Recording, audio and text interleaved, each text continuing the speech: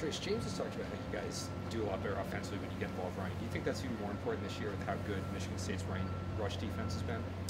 Yeah, I mean, anytime you can kind of be able to add an additional threat running the ball through the quarterback, pushes that much more stress on defense. So, we emphasize each week that it's something that we can improve on. If there's a way we can affect the game, especially in the run game, really want to do it, whether it's through our RPO game, being able to, they're adding the box, pull it and throw it outside, or being able to utilize the legs. So that's something that we emphasize each week. Trace, what did you take out of watching film this week? Were there a few things that maybe jumped out at you that you learned or discovered?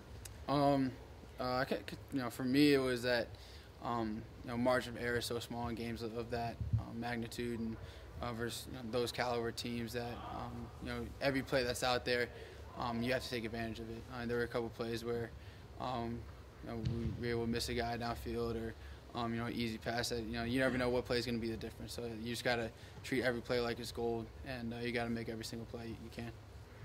Trace, today you were named the finalist for the Unitas Award along with guys like Mason Rudolph, Baker Mayfield, KT. What does that kind of mean to be putting that company into the finals for that award? It means a lot. Obviously a lot of credit goes to our teammates and our coaches because as we kind of always been preaching here, those kind of single individual awards come with team success. So a lot of that doesn't happen without the team being successful. And those, like some of those names you just mentioned, they're top quarterbacks in the country. I'm just honored kind of be in that conversation, kind of in that group. James said that at this point in the week, kind of what you guys have on the line is presumably what you'll have on Saturday. So when you look at that, what are some of the challenges you have to make when, obviously we saw in Ohio State, Ryan goes out, you guys adjust. Do you feel the need to then say a little bit more in the huddle, or are you totally comfortable when those guys are moving around? Totally comfortable. Kind of that mentality we have here of next man in. There can't be a drop-off. You never know who's going to go down at what time. We just kind of have that next man in mentality. Next guy's got to step up and perform. And everyone has faith that whoever's stepping up will do that. So I had complete faith when Chad stepped into the game. Unfortunately, we weren't able to get it done, but definitely got complete faith this week with the guys we got up front. Trace, you had a tremendous amount of success in the air against them last year, Michigan State, but they seemed to do something well against your run game. What do you remember from that game or tape that you reviewed maybe this week? They did, especially early on, kind of changed some things or how they were playing some of our runs with kind of how they game planned us, and they did a good job there. They were just kind of a little bit more physical than us, I think, up front at times last year. We were able to hold them up in the pass game and be able to beat them up, but kind of really their linebackers, I think, made a ton of good plays in our run game, and kind of their defense that they have, they pride themselves in stopping the run, and that's just kind of their backbone, their nature. So I think that played in a part of it. That's kind of what they do best is stop the run. And they felt that at all costs they were going to stop the run, and if they were going to get beat, they were going to get beat through the air. So fortunately for us, we were able to make plays through the air and kind of make them pay. We'll see kind of how they approach it this year. Does it help that you had some common opponents when you watch film of them, or does that not really play? I think it does help a little bit just because you can kind of get back into anticipating, kind of seeing. You've seen those looks before. Each team's going to be a little bit different with how they present them or how they play them. Obviously, they got different players, but it does kind of help you be able to have seen those looks before, so you can kind of fall back on the practice and the training you've had versus certain pressures and certain coverages. At this point in the week, have you guys repped 4 minute or kind of gone through that situation again in practice, or James just kind of let it go, maybe more so than usual? It was, I think, more talked about. We didn't rep it this week, but it was more talked about on Sunday, and kind of amongst the guys on Monday and Tuesday, kind of the mentality that we need. But we didn't rep it. It was kind of more talked about what we needed to do. Why did you feel the need? I know, I guess you, Saquon, and Jason had the players-only meeting on Sunday. You guys were kind of, as the leaders, talking about that. Why did you feel it was important to do that? Really just kind of keep, make sure guys weren't going to be too down, not let that loss carry over into the next week or really into the rest of the season.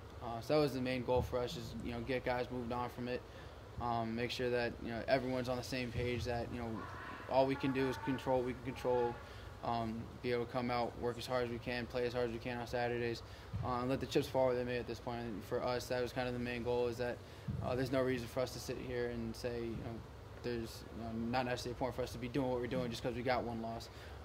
That's not the mentality we wanted to have, and we wanted to make sure guys knew that we're still going to be the same team that we have been all year. We're still going to be competitive. We're still going to be confident, and that's just really kind of the main goal we want to get out of it. Not letting guys get too dejected, not let that loss beat us more than once. Did you get the sense that they bought in just through the first few days of practice afterward? Yeah. I mean, Tuesday came out. It was really good practice. Really energetic guys were jumping around. It was actually, honestly, surprised me more than I kind of expected it to be. So, I mean, guys really bought into what we were talking about. When did you get that sense that that would be a good idea, that meeting? Because at least speaking with you post-game, it seemed like you had adopted that on the surface. Like, this is what we want to do. We want to move on. What was it important in your mind to make sure everyone else had? I mean, it was really that night. We kind of, as the captains, as the leaders, we knew that was the mentality that we had, and we wanted to make sure everyone else was on the same page. So we knew right when we came in, before we came in on Sunday, just 15 minutes before the team meeting, like, let's get in and just make sure everyone's on the same page. Trace, your high school while you were there was really successful. I think you guys won 3 state titles, right? Is there any weeks parallel to this from when you were there? I mean, a little bit. There were a couple of times when, I mean, my senior year, I know we had been riding a long winning streak and ended up losing a game like midway through the season. Kind of had to bounce back, and same sort of thing. You got to forget about it. You can't let it affect you week to week. So, that's kind of something that, being in my position, being able to kind of draw on that experience, I think helped me out a little bit. Hey, Trace, James talked about players having positive body language and that impacting guys on the team and just sort of having a big impact. Do you notice that from teammates, and as a leader yourself, is that something you're conscious of coming in having positive body language, especially when it's a long season?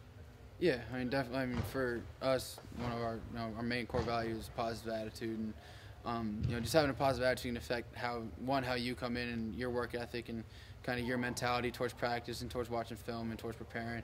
And then it ends up being contagious. I mean, positive attitude is extremely contagious. So, you get one guy doing it, and it just feeds on to the next guy. Next thing you know, the whole team is kind of feeling a little bit better about themselves, and you kind of moved on. You forgot, and everyone's positive and ready to work for the next week.